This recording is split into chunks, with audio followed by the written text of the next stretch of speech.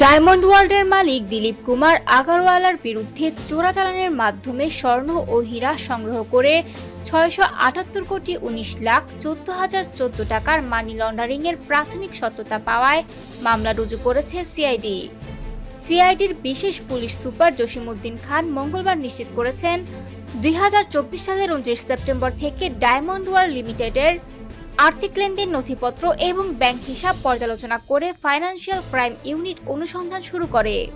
অনুসন্ধানে দেখা গেছে, প্রতিষ্ঠানটি দীর্ঘদিন ধরে দেশে ও বিদেশে স্বর্ণ ও হীরা ব্যবসার আড়ালে অবৈধ অর্থ উপার্জন করছিল। প্রাথমিক তথ্য প্রমাণে চোরাচালান ও উৎসহীন অর্থ উপার্জনের সত্যতা মিলেছে।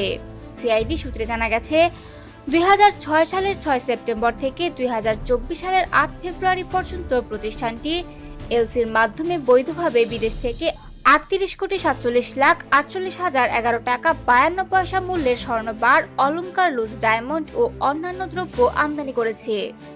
কিন্তু একই সময়ে স্থানীয় বাজার থেকে বা বিনিময় পরিবর্তন পদ্ধতিতে ৬৭৮ কোটি ১৯ লাখ ১৪,০১৪ টাকার স্বর্ণ ও হীরা সংগ্রহ করা হয়। প্রতিষ্ঠানটি সিআইডিকে এর উৎস বা সরবরাহকারীর বৈধ নথি দেখাতে ব্যর্থ হয়। সিআইডি জানায়, চোরাচালানের মাধ্যমে অর্জিত সম্পদ ও অপরাধলব্ধ অর্থ রূপান্তর, হস্তান্তর বা ব্যবহার সংক্রান্ত তথ্য ও নথিপত্র পর্যালোচনার মাধ্যমে মানি লন্ডারিংয়ের প্রাথমিক সত্যতা পাওয়া গেছে। এর পরিপ্রেক্ষিতে গত ১৬ নভেম্বর মামলার জন্য অনুমোদন প্রদান করা হয়।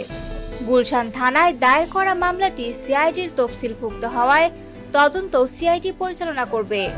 প্রয়োজনীয় নথি, ব্যাংক লেনদেন এবং সংশ্লিষ্ট ব্যক্তিদের তথ্য যাচাই করে আইনানুযায়ী নিবিড় তদন্তের ব্যবস্থা নেওয়া হবে।